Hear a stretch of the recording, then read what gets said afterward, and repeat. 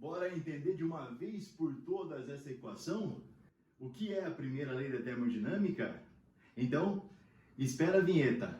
E não esquece, se não está inscrito no canal, se inscreve, tá? Dá um joinha aí. Até já!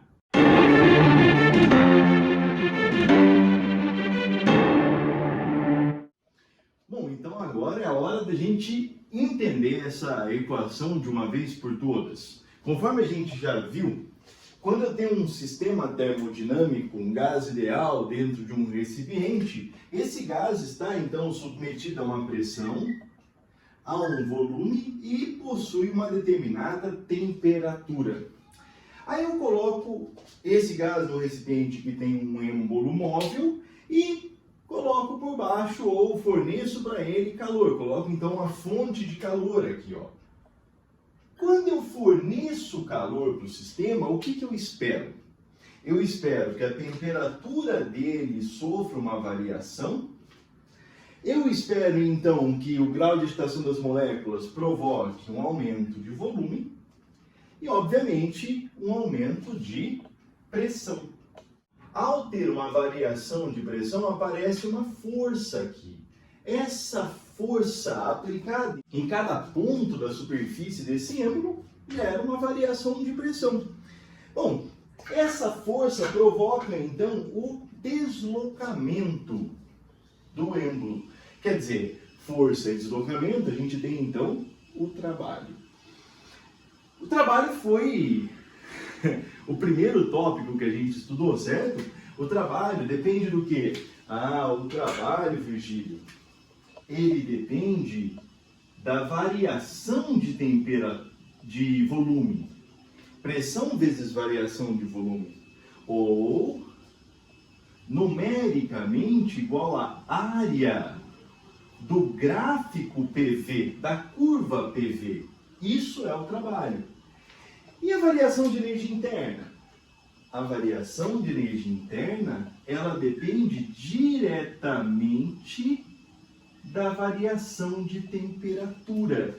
Lembra? Esse K ele pode valer 3/2 de nR ou ele pode valer 5/2 de nR. Se for um gás monoatômico, 3/2 e diatômico, 5/2.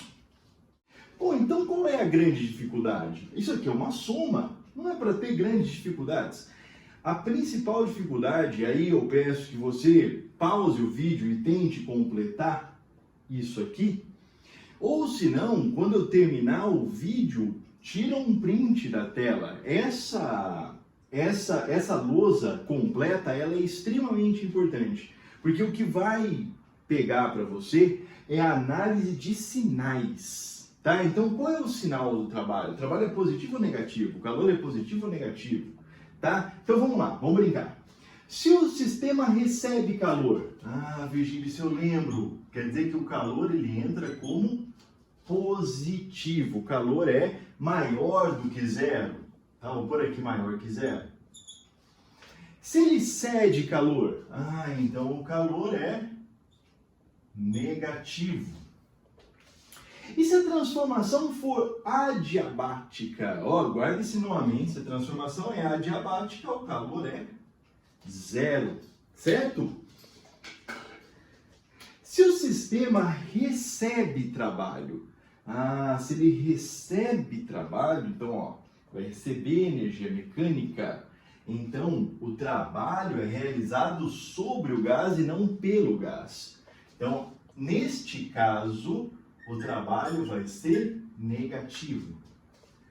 Se o sistema cede trabalho, quer dizer, o trabalho é realizado pelo gás, cede trabalho ao meio, o trabalho é positivo. Se a transformação for isométrica, isovolumétrica ou isocórica, o trabalho é zero. Por fim, se o sistema sofre aquecimento, né? Se a temperatura aumenta, então se a temperatura aumenta, a variação de energia interna é positiva.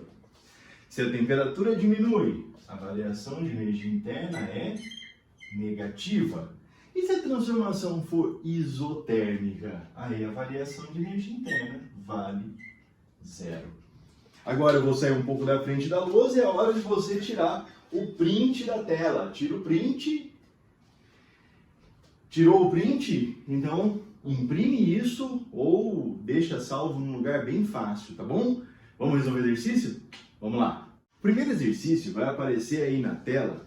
Caiu na Unesp e diz o seguinte: um gás que se comporta como gás ideal sofre uma expansão sem alteração de temperatura. Então, olha só, ele sofre uma expansão isotérmica. Bom, se ele sofre uma expansão, olha só onde eu vou pegar, hein? Se ele sofre uma expansão, o volume aumenta. Se o volume aumenta, o trabalho é positivo. Isotérmica é sem variação de temperatura, então o ΔU vale 0. O problema do exercício só vai ser o enunciado. Aí ele diz o seguinte, ó. Quando recebe uma quantidade de calor de 6 joules, então o Q vale 6 joules. Pergunta. Determine o valor do trabalho realizado pelo gás durante o processo. Bom, se ele pergunta para a gente o trabalho realizado pelo gás, calor é trabalho mais ΔU. Onde está o segredo? Ah, o segredo está aqui, ó. ΔU vale 0. Bom, então o calor vale 6, é igual ao trabalho. Quanto vale o trabalho? 6 joules. Positivo? Positivo. Bem simples, né? Tem que ficar esperto no enunciado. Vamos para a próxima? O segundo exercício caiu, olha só, na Federal do Rio Grande do Sul e diz o seguinte: enquanto se expande, um gás recebe 100 joules de calor, 100 joules, e realiza um trabalho de 70 joules. Olha, recebe 100, então é positivo, tá? Se expande, então o trabalho é positivo, então não vamos ter que mexer com unidade. Determine a energia interna. Então, qual que é o ΔU? De cara, primeira lei da termodinâmica. Calor é trabalho mais ΔU. O calor vale 100, o trabalho 70. Ah, Virgílio, então o ΔU é 30. Exatamente, 30 joules. Quer dizer que a temperatura aumentou. Vamos fazer mais?